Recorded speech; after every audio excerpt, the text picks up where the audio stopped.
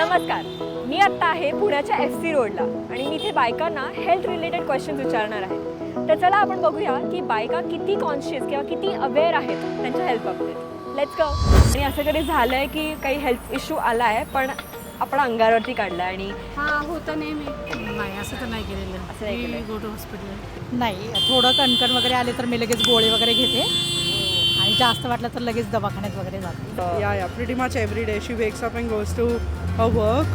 Like nothing happens, she'll take a medicine and she'll be like everything will be fine. In general, we don't go for health checkups. They are expensive. They take a lot of time. So yeah.